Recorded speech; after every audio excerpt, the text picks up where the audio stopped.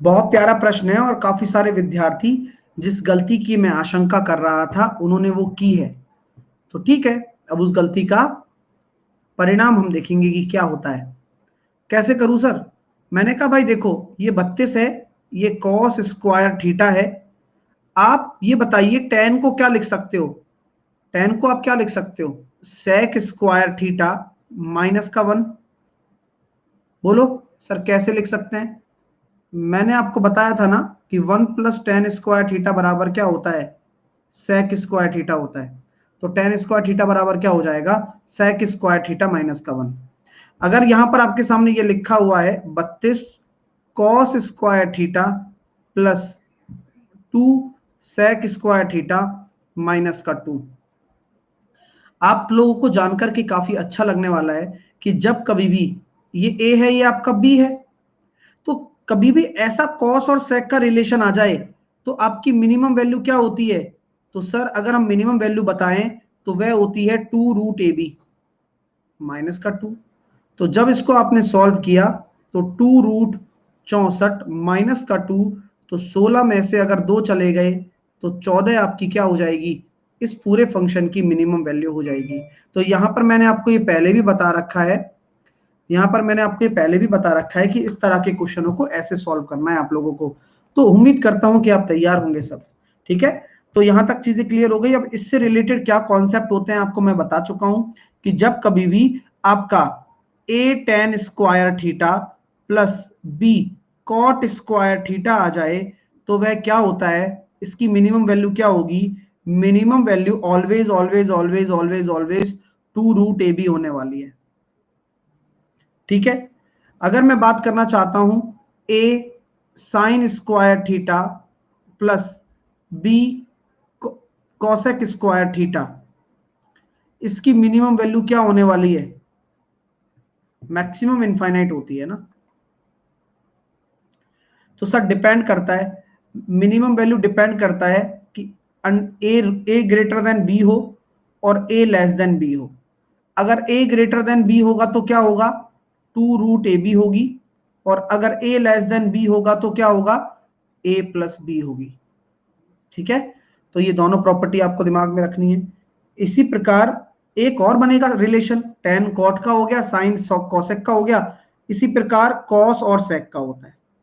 ठीक है, तो सेम यहां भी वही काम होने वाला है कि अगर आप मिनिमम वैल्यू निकालना चाहते हैं और a is greater than b है तो वह किसके बराबर होगा? 2√AB के। और a is less than b है तो वह किसके बराबर होगा? a प्लस b के। तो उम्मीद करता हूं कि पूरा रिवाइज हो गया होगा, यही आशा भी है। चलिए नेक्स्ट।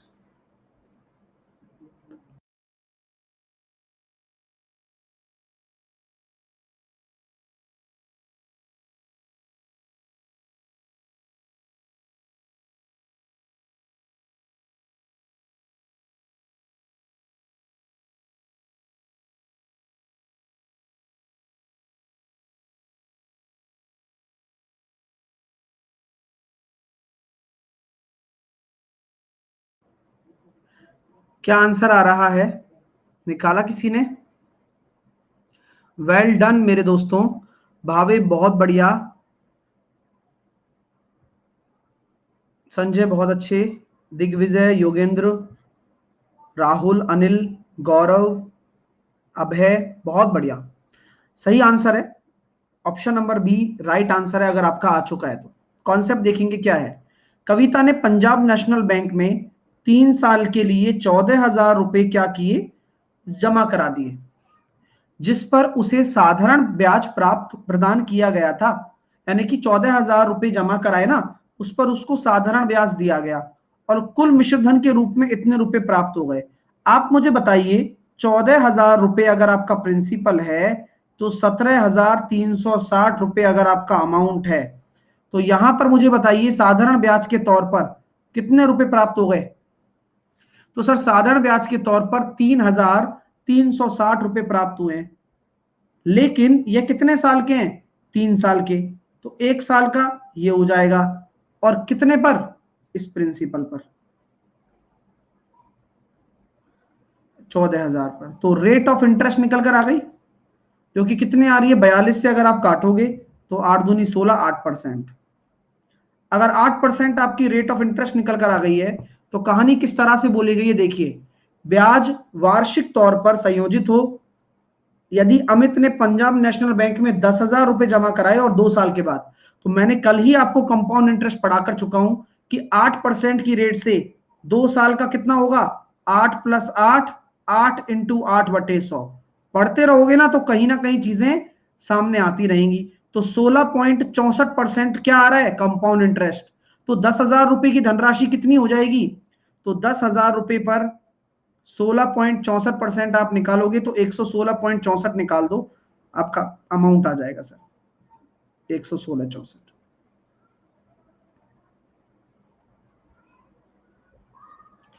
ठीक है। हाँ, एक बच्चा कह रहा है सीआई कहां लिखा है।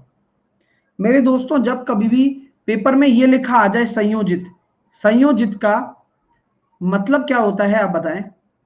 संयोजित का मतलब होता है कंपाउंडेड। ओके, तो यही होता है। ठीक है, और यही चीजें हैं कि भाषा इसी तरह की पेपर में देखने को मिलेगी। संयोजित का मतलब ही कंपाउंडेड है। नेक्स्ट।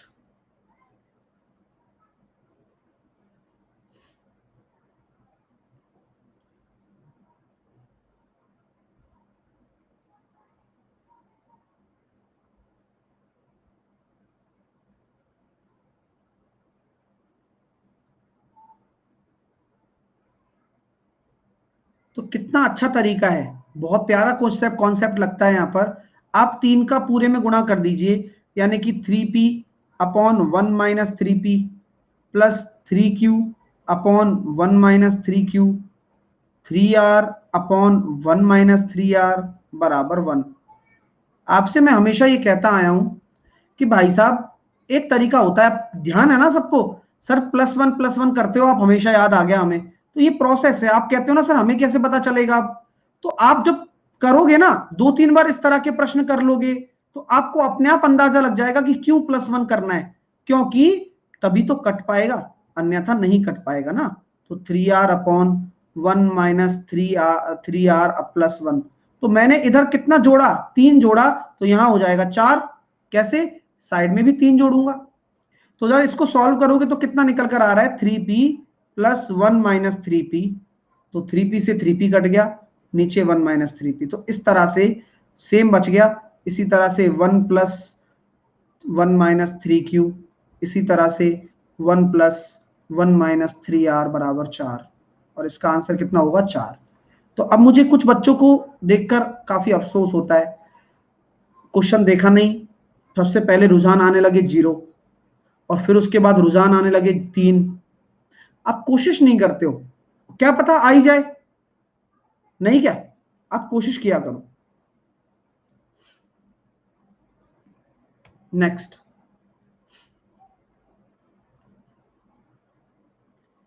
एक बच्चा कह रहा है डिटेल में बताओ। अरे यही डिटेल ही तो है, ये कोई शॉर्ट तरीका लग रहा है क्या तुम्हें, पहली बार कोई देखा है मैंने, इसको शॉर्ट लग रहा है, यही डिटेल ही है ये। एक बच्चा कह रहा है डायरेक्ट तरीका नहीं है क्या, है ना, 4 लगा देना, ऐसा क्वेश्चन आ जावे 4 लगा देना। नया भी बना सकते हैं, किसी के दिमाग में चल रहा हो तो 3 + 1 4, ये भी बना सकते हो अब आप, ट्रिक। लेकिन खुश रहो, बन गई ट्रिक। हाँ वाकई में बन गई ट्रिक। अब देख लो, अब मान लो ये क्वेश्चन अगर करना चाहते हो तो p-1/5p plus q1 - 5q r1 - 5r बराबर मैंने कितना दे दिया, 5/1, सॉरी 1/5।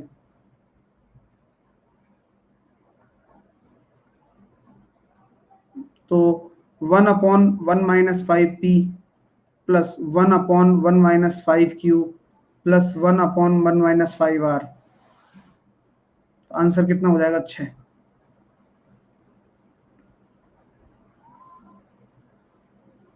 हो गया 6।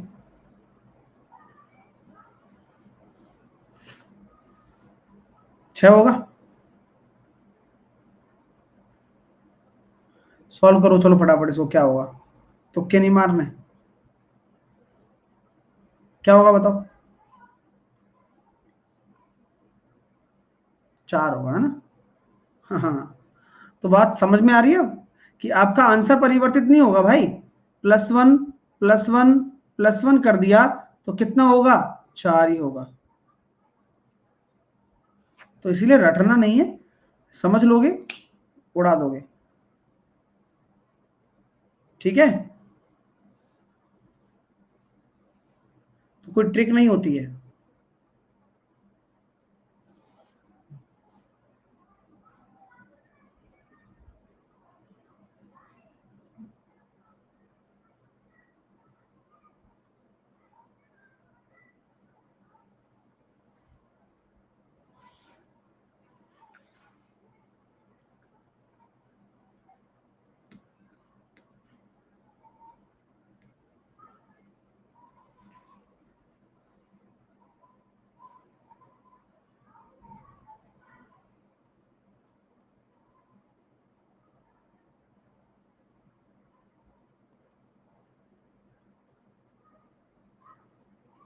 अबीर का सही आंसर आ रहा है, वेल डन अबीर। राहुल का सही आ रहा है। देखिए, रोहित अपनी बाइक से है ना क्या करता है, 11:05 को सुबह एक्स से बिंदु वाई की ओर 12 किलोमीटर प्रति घंटा की गति से चलना शुरू करता है। विराट अपनी कार को बिंदु वाई से एक्स की ओर दोपहर 12 बजे को 45 किलोमीटर प्रति घंटा की गति से चलना शुरू करता है। वे एक दूसरे से 1 बजे मिलते हैं दोपहरी में। तो एक्स और वाई के बीच की दूरी बता दो। मेरे प्यारे दोस्तों, मैं मिलवा तो देता हूं, कोई दिक्कत वाली बात नहीं है, लेकिन कहानी इतनी सी है कि ये एक्स पॉइंट है और ये वाई पॉइंट है। आप तो सिर्फ मुझे बता दो कि ये 12 बजे चल रहा है तो रिलेटिव स्पीड कब लग सकती है? अगर सर ये 12 बजे चल रहा है तो रिलेटिव स्पीड तब लगेगी कि जो सुबह 11:05 पे चलने वाला व्यक्ति 12 बजे कहां स्थित होगा। सेम टाइम होना चाहिए ना, बात समझ में आनी चाहिए पहली बात तो आप मुझे बताइए, 12 किलोमीटर प्रति घंटे की रफ्तार से 55 मिनट में उसने कितनी दूरी तय कर ली? 55 मिनट ही लगे। तो 12 की रफ्तार से 55 मिनट में कितनी दूरी तय करेगा? 11 किलोमीटर। ठीक है डियर, चलो सर ये अच्छा लगा। अब 11 किलोमीटर करेगा तो यहां से मैं कह सकता हूं अब स्थिति सही है, दोनों तरफ टाइम सेम हो रहा है। यहां से 12 किलोमीटर पर आवर और यहां से कितना? 45 किलोमीटर पर आवर। अब आप लोग मुझे बताइए कि 1 घंटे में ही तो मिल रहे हैं वो एक दूसरे से। अगर वह दोनों 1 घंटे में ही एक दूसरे से मिल रहे हैं तो ये 1 घंटे में कितना चलेगा? 45, और ये चलेगा 12। तो 12 45 कितना हो गया? ये हो गया सर अपने पास 57 और 11, क्योंकि एक्स और वाई के बीच की दूरी पूछी है।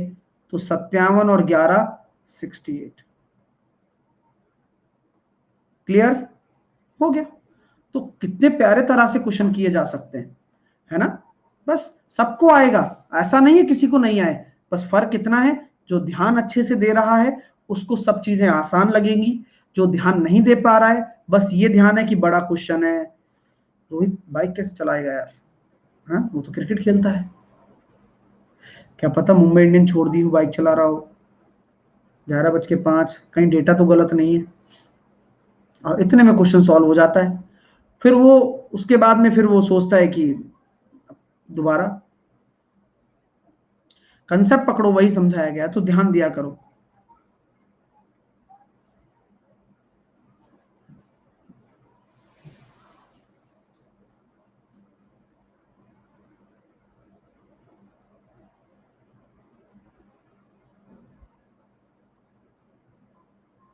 क्वेश्चन में खो जाते हैं, कोई कहीं घूमने जा रहा है उसमें खो जाएंगे, पहले ध्यान नहीं देते हो।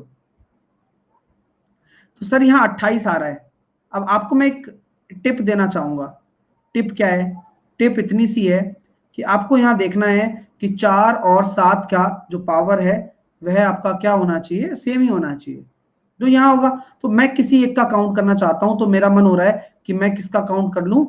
4 का काउंट कर लेता हूं। तो 4 का काउंट क्या है? यहाँ तो 4.5 आ गया, यहां 4 का काउंट किया तो यहां कितना आ गया, 7 चौके 28 का 4 आ गया। यहां आपने क्या किया, 2 की पावर है और यहां कितना 8 है तो आपने 3.5 आ गया, 4, बस हो गया काम। तो यही आपका राइट आंसर है। तो 5 और 5 10, 4 और 4 8 और 4 12, तो 12.0 यानी कि 12 आपका राइट आंसर। नेक्स्ट, भाई सिंपल सा लॉजिक था। आपको ये 28 के टुकड़े बताओ क्या होंगे, आप 28 के टुकड़े यही तो करोगे, 7 और 4। तो मैं ये आपको हमेशा कहना चाहूंगा कि जो एग्जामिनर की सोच है उससे कनेक्ट करो। आपको इन दोनों में से कोई भी एक, कोई भी एक ले लो, कोई भी एक, और उसकी पावर निकाल लो, वही आंसर होगा। क्यों सर, ऐसा क्यों होता है? अरे भाई 28 इधर भी बन रहा होगा, तभी आप इधर भी 28 की पावर x निकाल पाओगे। यानी कि आप यहां पर ध्यान रखना कि 7 और 4 के इनमें से जिसकी भी एक पावर आ गई वही आंसर है। ठीक है, बारी आएगी दोनों की तभी पॉसिबल है, वरना पॉसिबल ही नहीं। चलिए,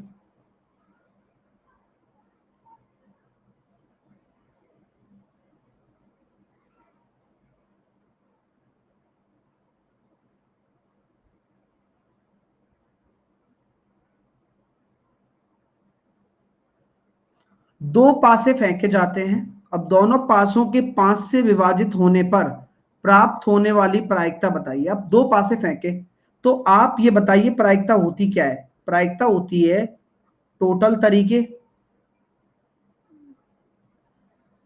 और शर्त वाले तरीके, कितनी शर्त हो रही है। तो आप मुझे बताइए, दो पासे फेंकने पर टोटल तरीके कितने हो जाएंगे, 6 बाई 6, 36 हो जाएंगे, क्योंकि हर पासे के 6 मुख होते हैं। ठीक है सर। अब शर्त क्या है, 5 से विभाजित हो। तो कंडीशन लेता हूं एक एक करके। तो देखो सर, यहां 1 हो जाएगा तो यहां 4 चल जाएगा, चल जाएगा ना। रुको, पेन रुक गया अभी, हमेशा की तरह। 1 4 हो जाएगा, और कोई 2 5 हो जाएगा। ठीक है, 10 भी लेंगे, 5 5 भी लेंगे, 6 4 भी लेंगे, सारे लेंगे। ठीक है ना, सारे लेंगे, पेन चल जाए बस, थोड़ा सा वेट करवाता है।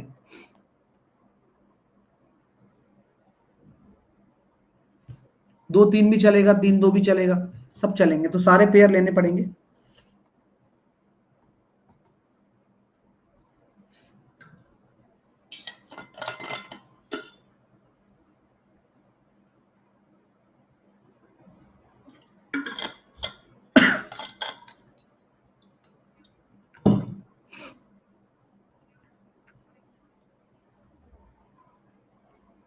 अरे भाई चल जा, हाँ चल गया। आइए, तो क्या कह सकते हैं सर, 1 4 हो गया। उसके बाद हम क्या कर सकते हैं, यहां पर रिपीटिंग पेयर अलाउ होंगे क्या?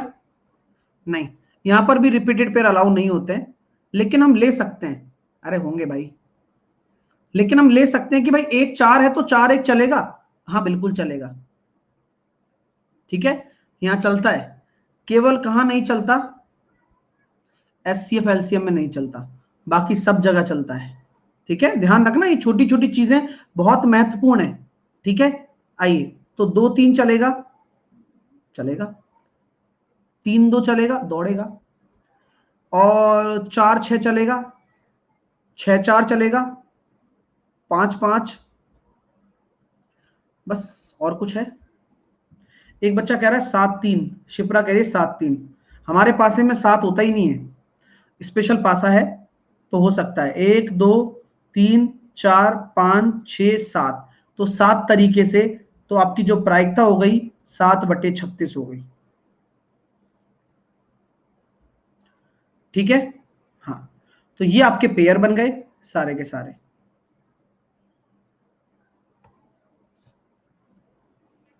करिए। अरे योग आ सकता है साथ, तभी तो वो दो पासे से खेलते थे।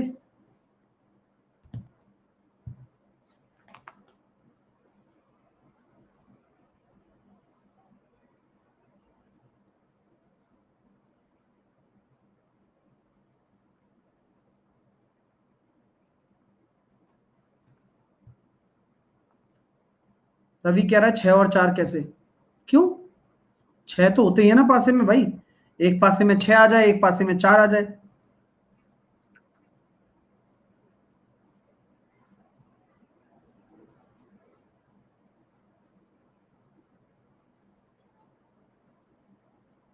एक बच्चा कह रहा है 6 और 5 क्यों नहीं? 6 और 5 को अगर आप जोड़ते हो तो वो 10 से विभाजित थोड़ी ना होने वाला है भाई, 5 से, सॉरी।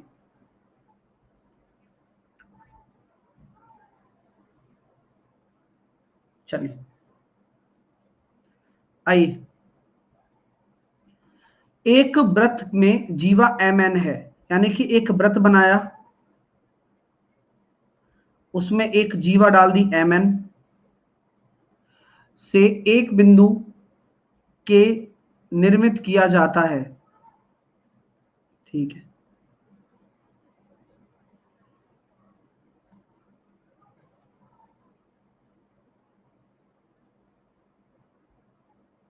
ठीक है, और एल व्रत में एक बिंदु इस प्रकार है जिससे कि के एल व्रत की स्पर्श रेखा है, तो के एल राहुल ये आ गया, लो ये क्या है, एक व्रत की स्पर्श रेखा है। कॉन्सेप्ट समझ में आना चाहिए, क्योंकि यही प्यारा सा कॉन्सेप्ट आपको वो दिखाएगा जो आपके लिए एक सर्कल में थ्योरम बनती है। पता लग गया होगा काफी बच्चों को। और सुबह 11 बजे कल ज्योमेट्री होगा, तो यूट्यूब चैनल वाईफाई स्टडी पर मेरे से जुड़ना ना भूलें। तो यहां तक आपको क्लियर है। अब यहां सर हमें दे तो रखा है एम एल एन कितना है, एम एल एन हमारे पास 30 डिग्री है, एम एल और एन ये कितना है, 30 डिग्री है।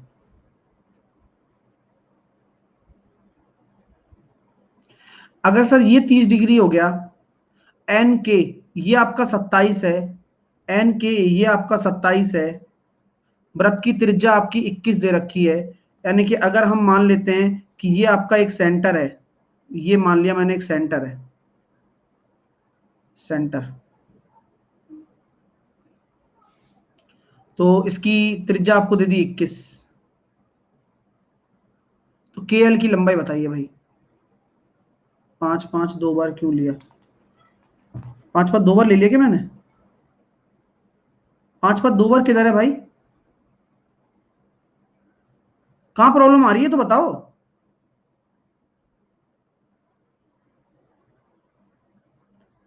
5 5 तो लोग ही ना, दो पास हैं तो 5 और 5 आ ही सकता है, क्या दिक्कत हो गई, दिक्कत हुई क्या कुछ? हाँ, मतलब इंसान आर्ग्यूमेंट तब करता है जब पूरी पीएचडी हासिल कर रखी हो प्रोबेबिलिटी में। अगर वास्तव में अगर प्रोबेबिलिटी पता नहीं है तो पढ़ो, और तब जाके चीजों को हम लेंगे, तभी तो और मजा आएगा। और अभी अगर समझ में आ रहा है कि 5 5 लिया है तो बनेगा पेयर, इसलिए लिया है, ठीक है ना। आइए अब इस क्वेश्चन को कर लेते हैं। तो सर कैसे करें ये तो बता दो। तो मेरे दोस्तों आप मुझे बताइए कि यार ये अगर आपके सामने 30 है तो ये एंगल कितना हो जाएगा, 60 हो जाएगा। कारण बताओ, किसी भी जीवा द्वारा केंद्र पर बना हुआ कोण परिधि पर बने हुए कोण का दुगना होता है। अब ये 60 है, और ये दोनों भुजाएं बराबर हो जाएंगी क्या, ओ एम और ओ एन, बोलो हाँ या ना, होंगी ना। क्यों होंगी, क्योंकि सर त्रिज्या है ना, एक वृत्त की त्रिज्या है, बराबर होगी होगी। तो त्रिज्या है, तो क्या हम ये कह सकते हैं ये भी 60 60 ही होगा। क्यों, क्योंकि जब बचा 120 को दो बराबर भागों में बांटोगे तो 60 60 होगा। यह एक समबाहु त्रिभुज हो गया, तो एम एन भी आपका 21 ही होगा, ठीक है सर। तो थ्योरम क्या होती है, के एल का स्क्वायर बराबर के एन इंटू के एम, करो सॉल्व। तो के एल का स्क्वायर बराबर के एन कितना है 27, और के एम कितना है 27 और 21 48। तो सॉल्व करने पर कितना निकल कर आ रहा है, अगर मैं इसमें से 3 इधर दे देता हूं, या फिर इसमें से 3 इधर दे देता हूं तो 9 बच जाएगा, और यहां पर आपके सामने कितना बचेगा 9, और 48 इंटू 3 हो जाएगा 144। तो के एल बराबर हो जाएगा 3 इंटू 12, तो 36 आपका राइट आंसर है। तो 36 will be your right answer. तो इतना प्यारा प्रश्न है ना, जिससे सीखोगे तो ये CHSL में आने वाला है, ठीक है। एक बच्चा कह रहा है 48 कैसे आया, अरे यार 48 के एम है ना, के एम, तो के एम देखो तो सही, डायग्राम भी तो कोई प्रदर्शनी के लिए थोड़ी बनाया यार। आप कुछ करा करो, कुछ तो करो, है ना, कुछ तो करो भाई। नेक्स्ट,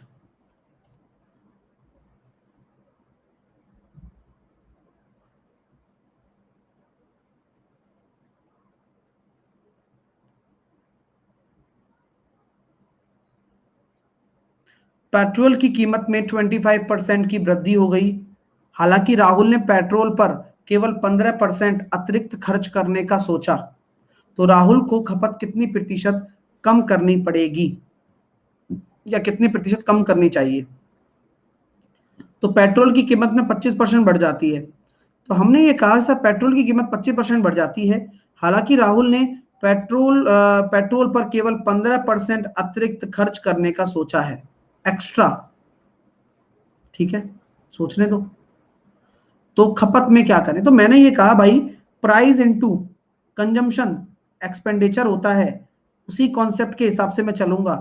प्राइस 25% बढ़ाने का मतलब 4 से 5, कंजम्पशन एक्स से वाई मान लिया, लाइन ऑफ कंक्लूजन के नीचे कितना आ रहा है, 15% का अतिरिक्त खर्चा सोचा, यानी कि 20 से 23।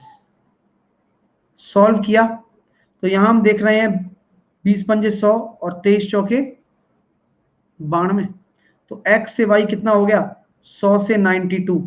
तो कितने की कमी आ गई, 8% की। डायरेक्टली कर सकते हो, 100 इसलिए बनाते हैं हम लोग। नेक्स्ट,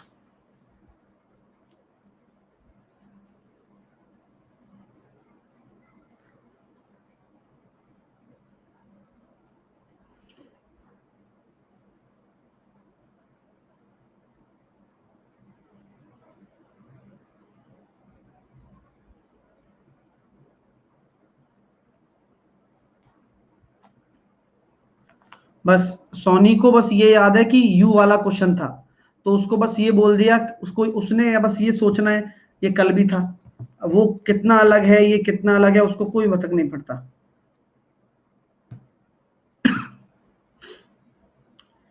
देखिए बोला जा रहा है डियर, इस क्वाड्रेटिक इक्वेशन के मूल समान है।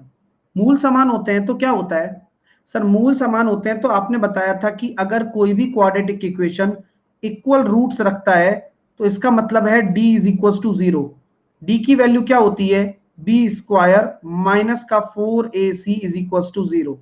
तो चलो सर सॉल्व करते हैं, देखिएगा। तो हम ये कह सकते हैं कि 2 प्लस यू का होल स्क्वायर माइनस 4, ए की वैल्यू 1, सी की वैल्यू यू स्क्वायर बराबर 0। हमने यही किया जो करना था हमें। सॉल्व करेंगे, अगर मैं इसको पूरे को सॉल्व करता हूं तो 2 को मैंने यहां रखा, 4 plus you square plus 4u minus 4u square बराबर 0। 8 plus 2u square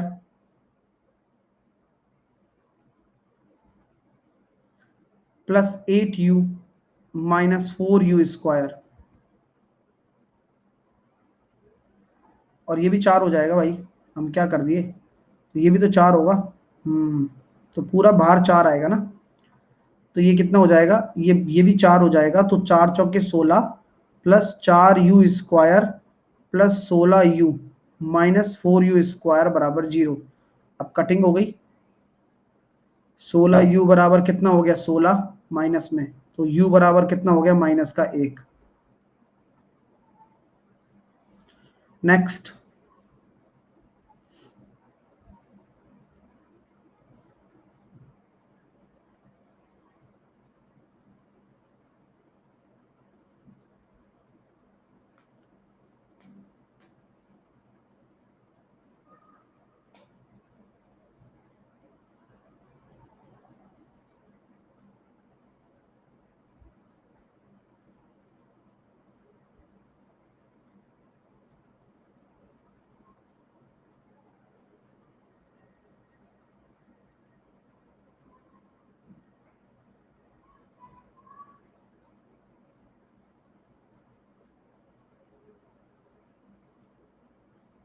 Mithilesh Mithilesh Kumar बताएंगे कि क्या क्या एग्जाम में आता है। मिथिलेश जल्दी से बता दो, है ना? एक लिस्ट बना के भेज दो मिथिलेश,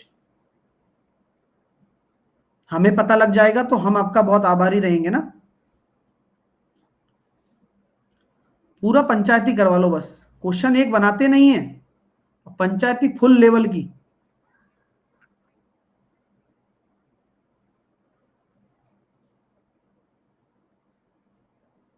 आइए, 12 पुरुष या मतलब होता है इक्वल, 15 महिलाएं या 18 लड़के 15 दिनों में 8 घंटे काम करके कार्य समाप्त करते हैं, तो 5 महिलाएं 6 लड़कों के साथ कितने पुरुष कार्य करें, कार्य में लगाए जाएं ताकि उसी कार्य को 16 दिनों में 9 घंटे कार्य करके समाप्त किया जा सके। ठीक है, करते हैं सॉल्व। तो मैंने ये बोला 12 पुरुष हैं, ठीक है, 15 महिलाएं हैं, ठीक है, और 18 लड़के हैं, ये भी ठीक है, बराबर या बोला जा रहा है तो बराबर है। लेकिन आपको पता है कि ये भी 15 दिन ले रहा है और ये भी 8 दिन लगा रहे हैं, सब में 15 और 8 आएगा। हालांकि इसका कोई काम नहीं है, लेकिन टोटल वर्क निकालने के लिए हमारा यूज भी तो है, लिख लेते हैं, कोई दिक्कत नहीं है। लेकिन अगर हम इसको एक्चुअल एफिशिएंसी का रेशियो निकालना चाहते हैं तो क्या होगा, 3 से काटेंगे, 3 चौके 12, 3 पंजे 15 और 3 छिंग 18, तो यहां पर हमारे पास आ गया 24 पंजे 120। तो एफिशिएंसी अगर निकालेंगे तो कितना निकल कर आई है, तो यहाँ 60 ले सकते हैं, और यहाँ हो गया 15, एलसीएम लेने पर 60, 15 और ये हो जाएगा 12 और ये हो जाएगा 10, तो 15 12 10 क्या हो गया, एम डब्ल्यू और बी की एफिशिएंसी निकल कर आ गई। क्लियर है, समझ में आ गई बात? चलो, अब मैं आपसे ये बात कहता हूं कि 5 महिलाएं और 6 लड़के एक साथ कितने पुरुषों को लगाया जाए ताकि उसी कार्य को 16 दिनों में 9 घंटे में कर सके। काम कितना है, काम ये है सर, काम ले लेते हैं, तो काम कितना है, 8 गुणा 15 गुणा 12 और एफिशिएंसी कितनी है 15, तो एक कोई भी ले लो। चलिए, अब ये काम कौन कर रहा है, 5 महिलाएं, तो 5 महिलाओं की एफिशिएंसी कितनी है, तो 5 महिलाएं यानी कि 5 इंटू महिलाएं 12 पंजे 60, 6 लड़के यानी कि 60, वेरी गुड। और पुरुष कितने वो निकालने हैं, तो 15 इंटू एक्स कर लो, आप एक्स निकालने हैं आपको। और ये कितना समय लग रहे हैं, ये सर समय ले रहे हैं 16 दिनों में और 9 घंटों में, तो 16/9 का पहले ही भाग दे दो, लास्ट में एफिशिएंसी का दे लेना, क्या दिक्कत है। 8 से काट दिया 2 बार, 3 से काट दिया 5 बार, 3 से काट दिया 5 बार, और 2 से काट दिया 6 बार, तो 6 पंजे 30 और 30 पंजे 150, तो 150 बराबर 60 प्लस 60 120 प्लस 15x, तो 30 बराबर 15x, x बराबर 2, तो कितने आदमी की आवश्यकता है, 2 आदमी की। बहुत ही प्यारा प्रश्न है और इंटरेस्टिंग है। हाँ हाँ, मैं कुछ बच्चे टाइम टेकिंग है, लेंदी है, भाई तुम्हें सिलेक्शन लेना भी है नहीं लेना है, या तुम एहसान करने जाओगे पेपर वाले के पास, हैं? सीख लो रे, नखरे ऐसे करते हो जैसे कोई मतलब क्या हो तुम, सीखने के लिए आप आए हो, है ना? कुछ लोग तो एहसान करते हैं भाई, क्लास लेके एहसान करते हैं, क्वेश्चन पेपर देके एहसान करते हैं कि पेपर देने जा रहे हैं, रेलवे भी क्या याद रखेगा या एसएससी भी क्या याद रखेगा। सीखने आए हो, सीखो, है ना? ऐसे काम नहीं चलेगा, अरे लेंदी है, बड़ा है, छोटा है, शॉर्ट ट्रिक पॉट ट्रिक निकल लेते हो, फिर पहले ही टीयर 1 में ही निकाल देते हैं वो फिर।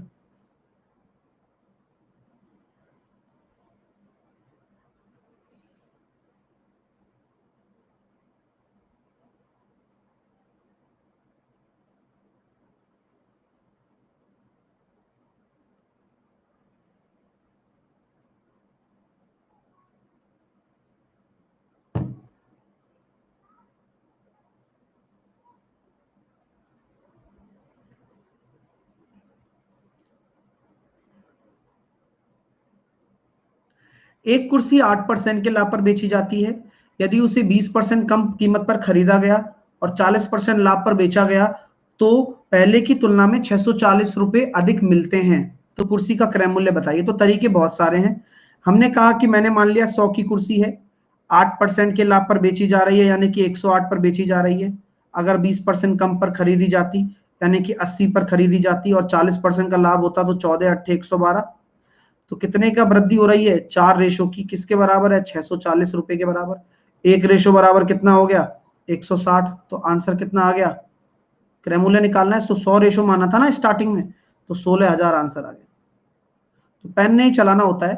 ये तो है मेथड नंबर 1। मेथड नंबर 2 भी है। 8% से कितने परसेंट के लाभ पर आ गए आप?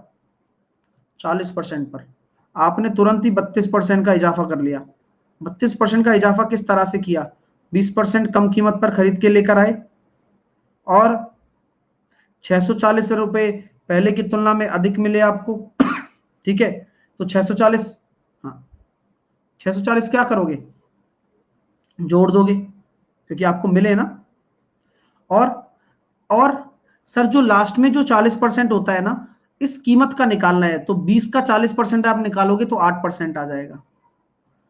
तो देखो 32 में से 28 गए तो 4% बराबर 640, 100% बराबर 16,000। तो ये तरीका भी सही है। एक बच्चा बार बार यही पूछेगा 112 कैसे आया?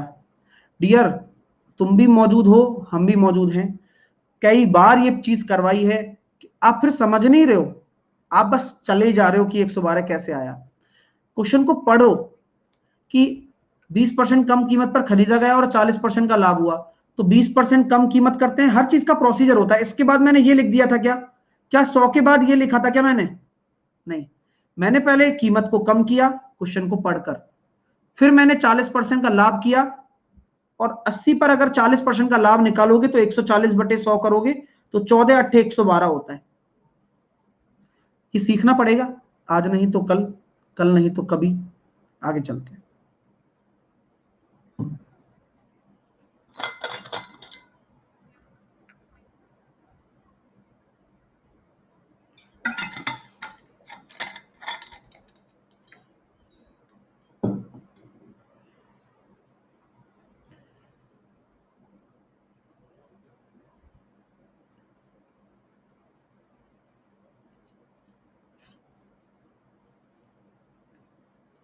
चालीस परसेंट पी, यानी कि 40% लगा दिया, पी लगा दिया, 20% क्यू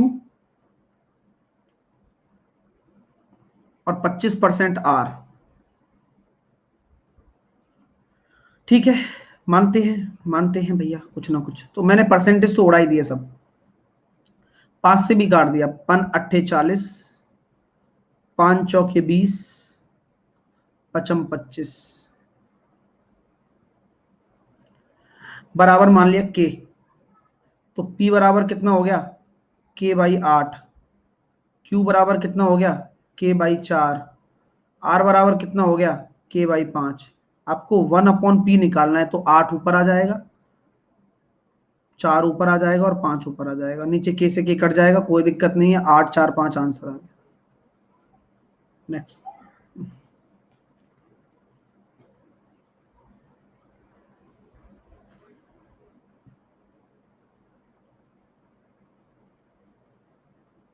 ये कैसी बेवकूफी करते हो तुम लोग कई बार। 40% को 40% रहने दिया। 0.20 क्या होता है?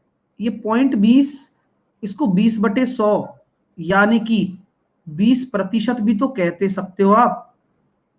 यही तो दिमाग लगाना है, इंस्टेंट आना चाहिए दिमाग में। अब पढ़ाओ, जो बच्चा पढ़ के रहता है उसको सब पता है कि 1/4 को सर ने 25% लिख दिया तो कोई पाप थोड़ी कर दिया।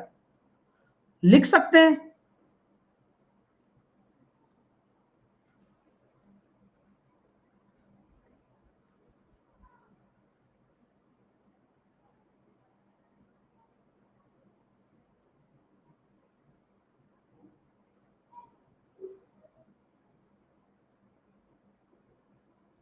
हाँ डियर, ए बी कांबले बिल्कुल आते हैं ये क्वेश्चन, है ना, सभी एग्जाम्स में आएंगे ये क्वेश्चन।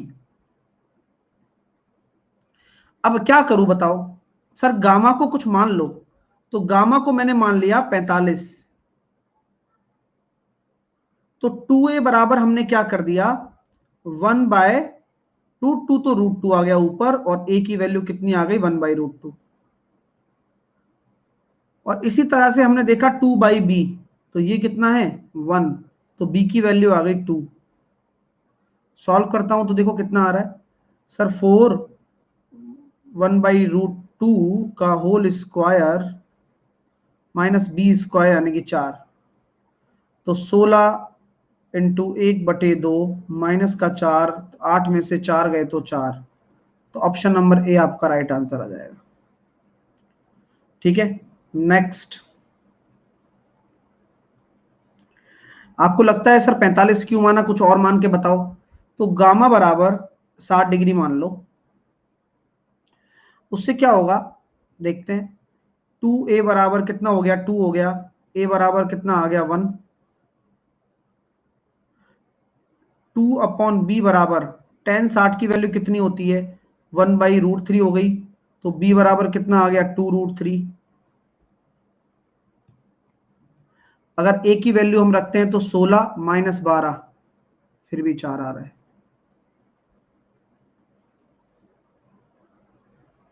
नेक्स्ट।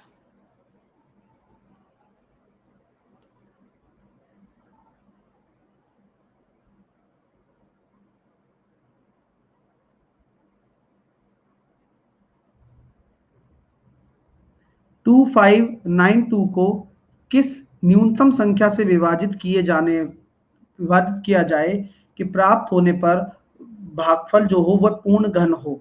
तो आपको क्या करना है, इसके टुकड़े करने हैं। तो हम ये कह सकते हैं 2592 के अगर हम टुकड़े करते चले गए, जैसे 2 का भाग दिया, 2 एकम 2, 2 दूनी 4, ठीक है, 2 नाम 18 और 2 छिकी 12, ठीक है। फिर मैंने 2 का भाग दे दिया, हालांकि 2 का भाग आप दे सकते हो, और यहाँ हम देख सकते हैं वैसे भी 36 का स्क्वायर है, लंबा जाएगा, और हम 2 का भाग देते हैं तो 2 छिकी 12 और 2 चौके 8, 2 अट्ठे 16। फिर हमने क्या किया, यहाँ 3 का भाग दे दिया, और 3 का भाग देने पर कितना आया 216। सबसे पहला काम, क्या ये एक पूर्ण घन है, क्या ये पूर्ण घन है, यस। तो यहां कुछ छेड़खानी की जरूरत है नहीं, छेड़खानी की जरूरत कहां है, यहां। यहां आपको एक तो 2 चाहिए ना, विभाजित करना है ना, तो आपको 4 तिया से डिवाइड करना पड़ेगा, बस विभाजित करने का बोला जा रहा है, तो 4 तिया 12 से डिवाइड करना पड़ेगा। नेक्स्ट, गुणा करना होता तो बात अलग होती।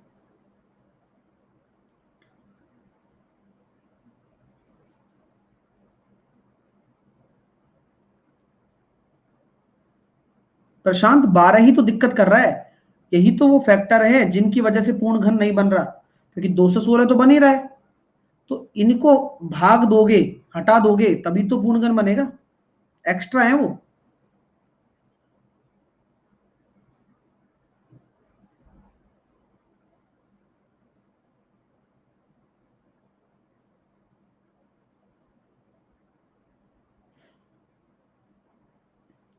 बारह सौ छियानवे है,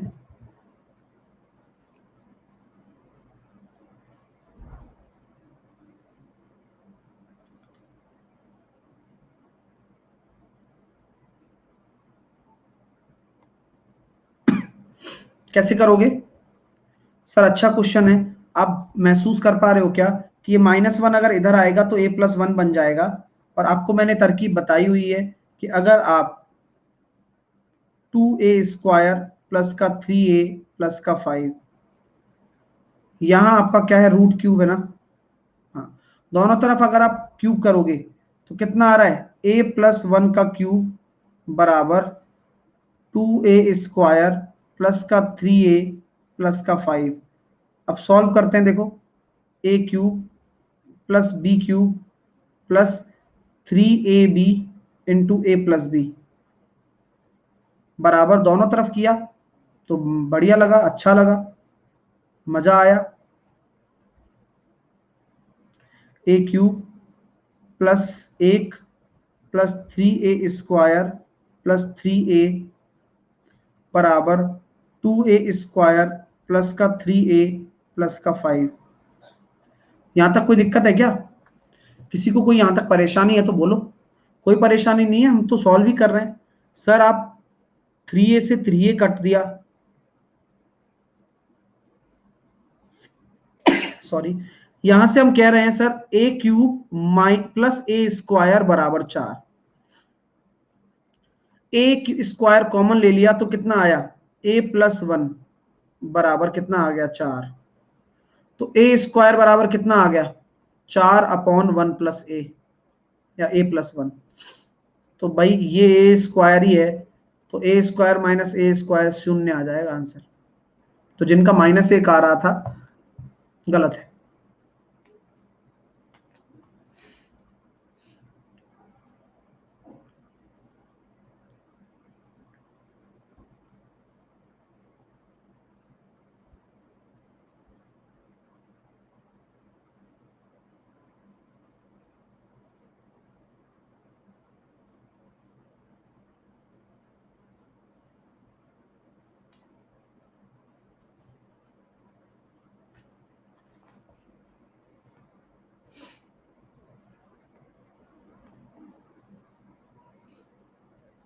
अच्छा क्वेश्चन है, हालांकि कल हम इसको पूरा एक्सप्लेन करेंगे, सुबह 11 बजे ज्योमेट्री होगा, आप सभी का स्वागत है। बोला गया है कि एबीसी आपका एक ट्राइंगल है और हमने क्या किया, एक भुजा को डी तक बढ़ा दिया। अब ऐसा करने के बाद तो ए बी को आपने बढ़ा दिया, ए बी सी है और ए बी को आपने डी तक बढ़ाया है। आपसे बोला गया है सी ए बी और सी बी डी, यानी कि सी ए बी इसका कौन समद्विभाजक, यानी कि किसी भी ट्राइंगल में आपका इंटरनल एंगल और एक्सटर्नल एंगल, दो एंगल हैं, उनका बाइसेक्टर अगर कहीं मिलता है तो ये बोला गया है सी ए बी आपका 72 है, सी बी डी आपका 138 है, तो बी पी ए क्या होगा, यानी कि यहाँ पी पर मिलता है, ये बी पी ए क्या होगा ये बोला गया है। तो मैं 2 सेकंड में निकाल सकता हूं, आप भी थोड़ा समझें, दिमाग लगाएं कि भाई साहब देखो, ये वाला पूरा कोण आपका दे रखा है 72, पूरा वाला एंगल, और सीबीडी ये आपका दे रखा है कितना, पूरा 138, तो ये कितना होगा 66, तो इसका आधा ही तो होता है, यही प्रॉपर्टी है, सॉरी, ठीक है। चलिए, बिना प्रॉपर्टी के भी कर सकते हो, ऐसा नहीं कि यही प्रॉपर्टी लगानी है, नहीं भी पता है तो भी हो जाएगा, कौन सी इसमें कोई रॉकेट साइंस थोड़ी है, प्रॉपर्टी बनती तो है लेकिन प्रूफ तो तरीके से ही होती है, तो वो तरीका भी बता देता हूं, ठीक है सर। कैसे, अगर ये 138 है तो ये एंगल बाइसेक्टर है, तो ये वाला एंगल कितना हो जाएगा डियर, ये वाला 69, और ये बाह्य कोण अगर पूरा 138 था तो ये वाला एंगल कितना हो जाएगा, 180 में से घटा दो 42, तो क्या ये पूरा एंगल आ गया आपके पास, ये पूरा एंगल यहां से यहां तक का 42 + 69, और ये आपका का एंगल कितना है 36, तो ये निकल कर आ जाएगा 33। तो तरीके हजार है लेकिन लगाने वाला होना चाहिए, ठीक है। तो 111 और 36 तो ये हो गया, और 33 वो हो गया। चलिए,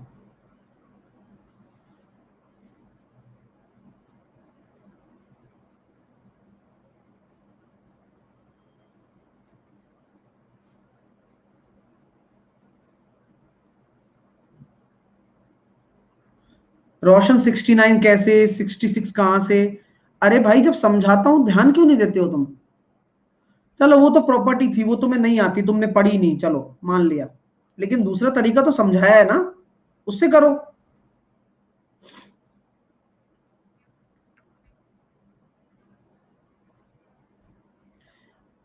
एक टंकी में छेद होने के कारण 8 घंटे में खाली हो जाती है, यानी कि टंकी में छेद है और 8 घंटे में खाली हो रही है। एक नल जो 8 लीटर प्रति मिनट की दर से टंकी भरता है को खोला जाता है और अब टंकी 12 घंटे में खाली हो जाती है। तो एक टंकी में जो होल है वो 8 घंटे में टंकी को खाली कर देता है, अब टंकी 12 घंटे में खाली हो जाती है। एक नल जो 8 लीटर से भर रहा है और खोला जाता है, अब टंकी 12 घंटे में, यानी कि एक नल है और होल भी है, अब 12 घंटे में खाली हो रही है। लेकिन देखते हैं, एलसीएम 24 आ गया, इसकी एफिशिएंसी -3 क्योंकि खाली कर रहा है, और यहां भी खाली हो रहा है। आप मुझे बताइए, अगर ये होल -3 है तो ये टंकी किस रेट से भर रही होगी? कि -3 तो ये है और यहां -2 आ रहा है, तो सर ये +1 एक्चुअल में किसके बराबर है? 8 लीटर पर मिनट। तो 1 बराबर 8 लीटर पर मिनट, यानी कि 1 घंटे में कितना? 480 लीटर। 1 बराबर 480 लीटर है, तो 24 बराबर 24 इंटू 480। तो सॉल्व करेंगे, कितना आ रहा है? 8 चौके 32 का 2, तो ऑप्शन नंबर सी आ रहा है ना। चलिए, चलेगा।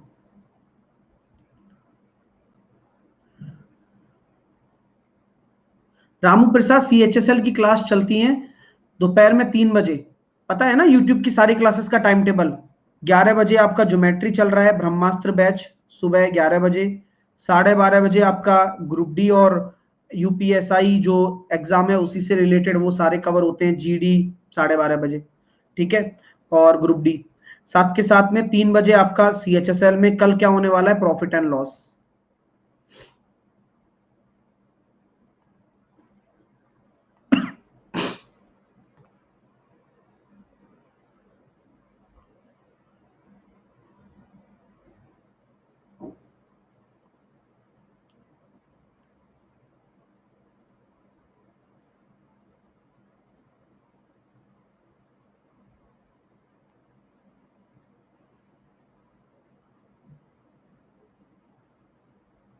एक आयताकार एल्यूमिनियम शीट की लंबाई और चौड़ाई दे रखी है, जिसे उसकी लंबाई से इस तरह मोड़ा जाता है कि बेलनाकार आकार ले ले, तो उस बेलन का आयतन बताइए।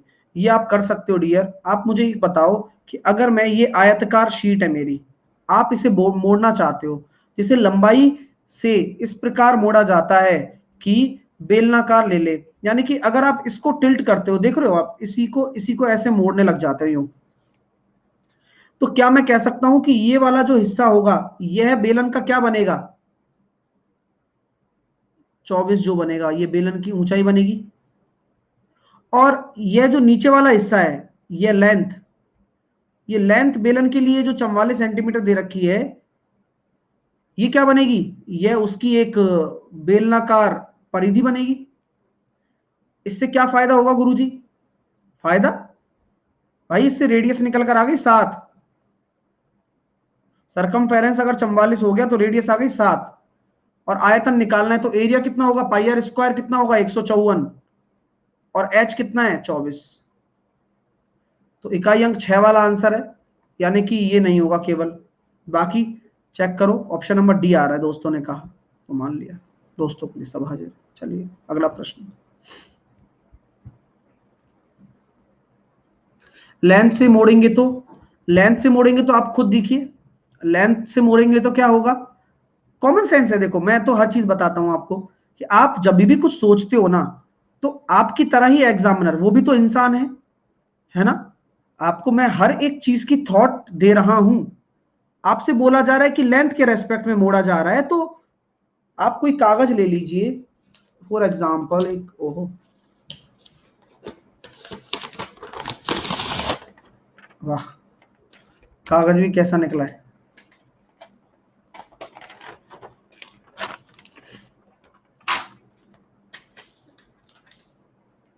देखो, ये कागज है और मान लो मैं इसके रेस्पेक्ट में मोड़ना चाहता हूं, तो ये हिस्सा ही तो सर्कुलर बनेगा, यानी कि जो इसकी जितनी परिधि होगी वह एक सर्कुलर बन जाएगी इस तरह से। तो यही कॉन्सेप्ट है, और बाकी का जो उसका जो दूसरा वाला पार्ट होगा वह हाइट के रूप में कंसीडर होगा। और अगर ऐसे मोड़ा जाता है तो इसके रेस्पेक्ट में, तो ये वाला हिस्सा जो है ये सर्कुलर में आ जाएगा और ये इसकी हाइट बन जाएगी। तो तरीके तरीके की बात है। चलिए,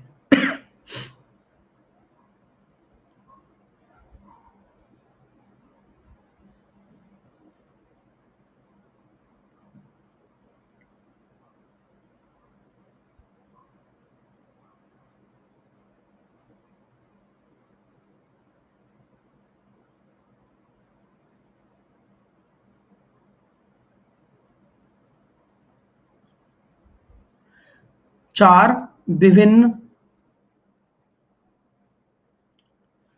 विभिन्न धनात्मक संख्याएं आरोही क्रम में लिखी हैं। ठीक है, चारों संख्याओं के औसत का 1/3 इन संख्याओं में सबसे बड़ी संख्या से 19 कम है। यदि पहली 3 संख्याओं का औसत 12 है, तब दी गई संख्याओं में सबसे बड़ी संख्या क्या होगी? चलिए सॉल्व करते हैं, काफी अच्छा क्वेश्चन है।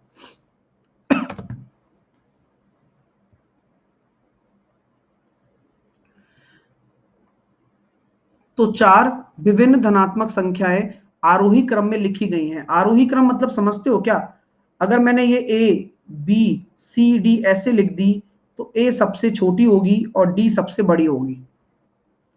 चारों संख्याओं के औसत का 1/3 इन संख्याओं में सबसे बड़ी संख्या से 19 कम है। चारों संख्याओं के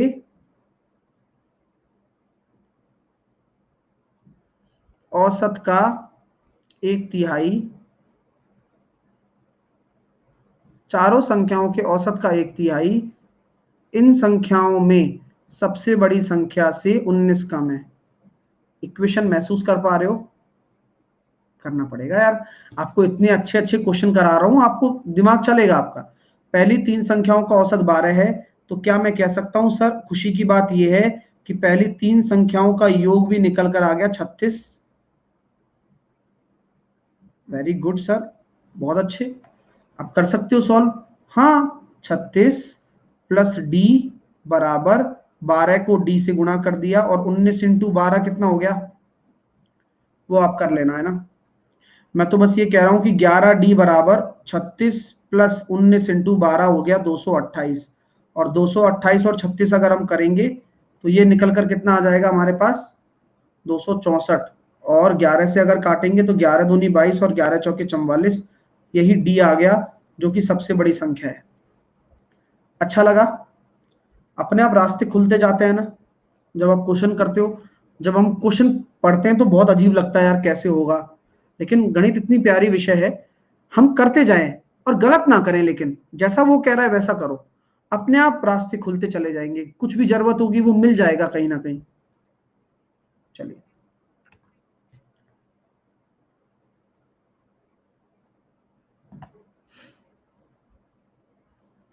हाँ सागर, आज क्या चाहिए तुम्हें?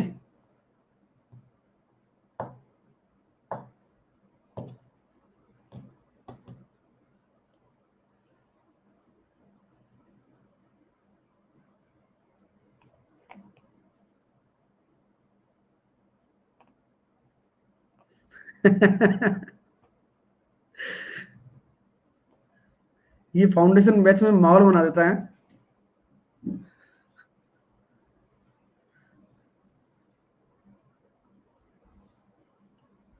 चलिए कैसे सॉल्व करेंगे इसको? तो सॉल्व करेंगे 3 दूनी 6 और 7/3, तो ये 3/7 हो गया, 3/7, 7 एकम 7 और 10/7, तो ये 7/10 हो गया। तो क्या कहा गया है, x प्लस 7/10 बराबर 2। तो x बराबर कितना आ जाएगा, 2 माइनस 7/10, तो ये हो गया 13/10। तो 13/10 ये हो गया, तो 13 इधर रखेंगे, 10 ऊपर रखेंगे, तो 20/13 आंसर आएगा। 2/x निकालना था। नेक्स्ट,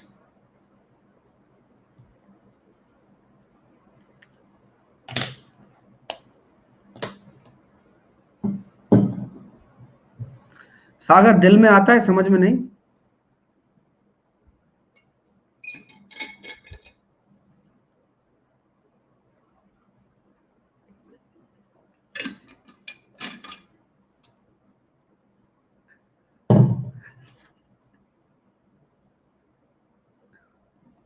ये कौन सी मूवी का डायलॉग था? किक का? वो मूवी भी ऐसी थी।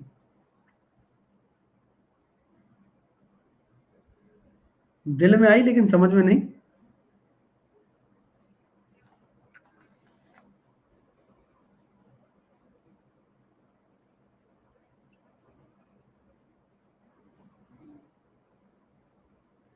तो करिए भैया, इस क्वेश्चन को भी जामा पहना दीजिए। एक अध्यक्ष का चुनाव करने के लिए एक सोसाइटी में चुनाव आयोजित किया गया। केवल 2 उम्मीदवार ए बी थे। उम्मीदवार बी ने उम्मीदवार ए को, क्वेश्चन में मिसिंग लग रहा है ना कुछ?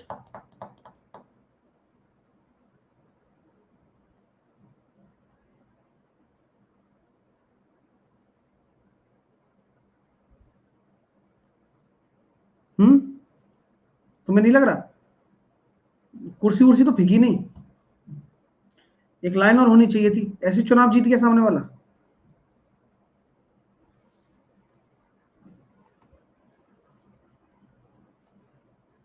चलिए, एक चुनाव में चुनाव करने के लिए एक सोसाइटी चुनाव आयोजित किया गया। केवल 2 उम्मीदवार ए और बी थे और उम्मीदवार बी ने ए से 25% कम वोट प्राप्त किए। तो मैं ये कहना चाहता हूं कि ए से 25% कम वोट प्राप्त किए, ठीक है। वोट ना देने वाले सदस्यों की संख्या उम्मीदवार बी को वोट देने वाले सदस्यों की संख्या के समान थी। यदि सोसाइटी में 2000 सदस्य थे तो ए को कितने वोट मिले? तो मैं ये कहना चाहता हूं डियर कि क्वेश्चन में कुछ भी नहीं है सिवाय, थोड़ा सा अच्छा क्वेश्चन है, थोड़ा सा ट्रिकी है। तो सर करूं कैसे, ये बता दीजिए। तो करने का जुगाड़ यही है कि अगर आप मानते हो कि ए को एक्स वोट मिले तो बी भाई साहब को कितने वोट मिलेंगे, ये बताओ। तो अगर हम कहते हैं सर ए को एक्स वोट मिलते हैं तो बी भाई साहब को कितने वोट मिलेंगे? 25% कम मिलेंगे। यानी कि अगर मैं इसको 100x मान लेता हूं तो उसको 75x वोट मिलेंगे। एम आई राइट? यस।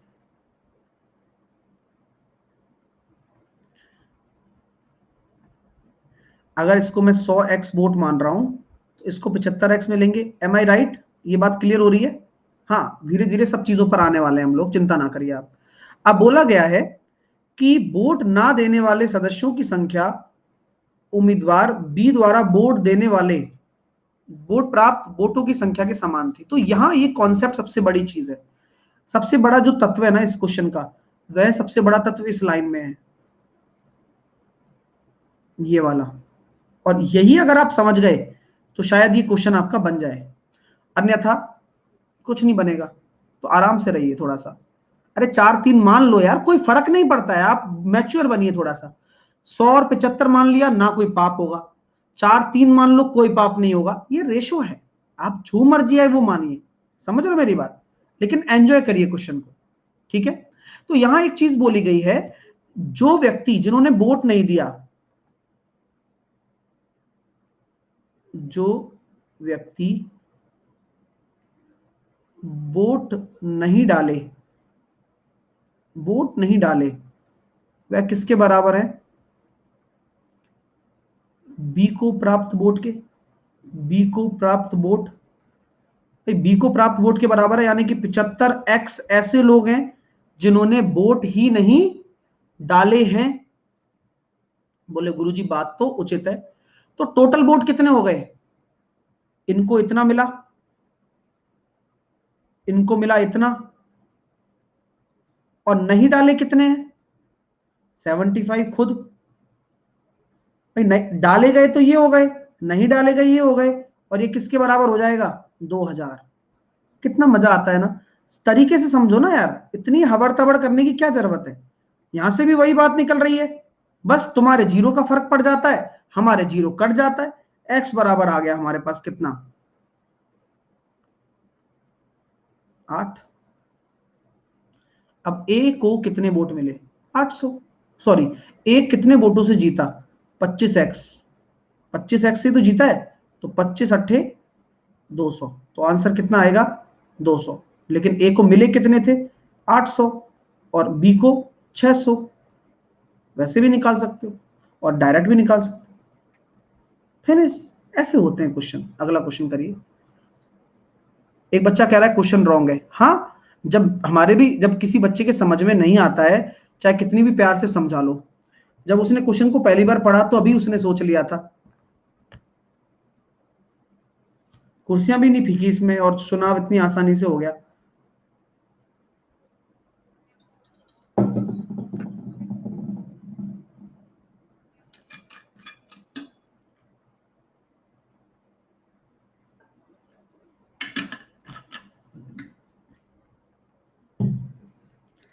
सर 19 और 4 रूट 21 का धनात्मक वर्गमूल, तो मैंने कहा ना 2 को अलग कर दो और 2 रूट 21 के ऐसे टुकड़े करो जिससे कि ए स्क्वायर प्लस बी स्क्वायर 19 आ जाए।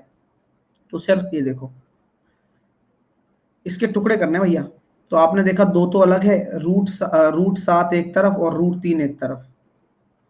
मेरे दोस्तों 7 और 4 13 और 3 7 और 4 13 हो गया ना, ये बन गया देखो 2√3 और √7। कैसे सर, ये 12 हो गया और ये 7 हो गया, तो 19 चाहिए हमें, हो गया सॉल्व। तो 2√3 और 7 आ गया डी। ठीक है, तो यहां होती है समाप्ति इस सेशन की।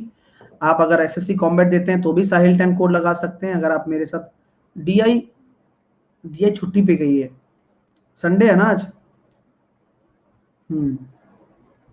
चले, फाउंडेशन बैच में आपको पता है आपका डेली चलता है 5 से 6 बजे तक चलता है, फिर 6:30 बजे क्लास होती है। आप किसी भी एग्जाम की प्रिपरेशन कर रहे हो तो मेरे साथ जुड़कर कर सकते हैं। आप अनअकैडमी पर सब्सक्रिप्शन लेते हैं तो मैथ, रीजनिंग, जीके, इंग्लिश के साथ साथ सभी बैचेस सब कुछ मिलने वाला है। आप बढ़िया पढ़िए।